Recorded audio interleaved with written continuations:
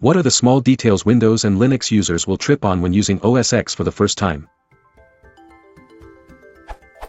Like any other Apple product, OSX prides itself on the little details.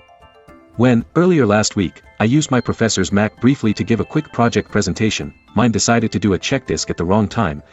I got the distinct feeling some were put intentionally to make the uninitiated look stupid. What are the small usability details that Windows and Linux users will trip on when their friends lend them their beloved Mac for some quick web browsing?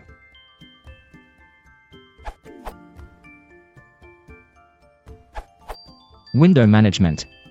The third, green, window button is used to zoom windows. Sometimes that means maximizing it to fill the screen as you might expect. More often, it will resize the window to fit its contents, or restores it to a predefined default size. Double-clicking the title bar minimizes the window instead of maximizing it. Scrolling while holding Control zooms the whole screen, not the document. On Windows, Alt-Tab cycles between open window.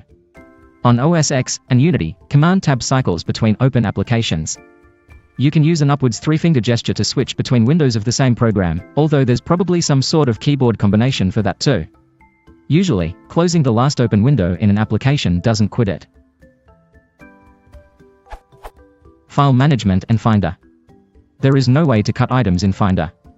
However, since 10.7, Option Command V will move a previously copied item to the current folder. Mouse. The traditional Mac equivalent to right-clicking is a left-click while holding Control.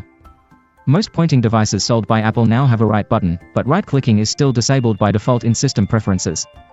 Keyboard.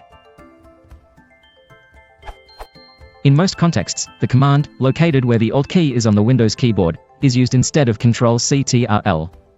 Similarly, Option, Windows, is used instead of Alt-G. If an OS X program mentions the Alt key, that's again really Option, Windows. Home and End move to beginning or end of document. Use Command or Command instead to move to beginning or end of line. Left arrow with hook return is commonly used for renaming items, not for opening them. In most applications, delete doesn't actually delete items, you have to use Command Delete or Delete, the smaller key next to End, instead. Interface. There are no mnemonic keys on the menu bar or in dialogues.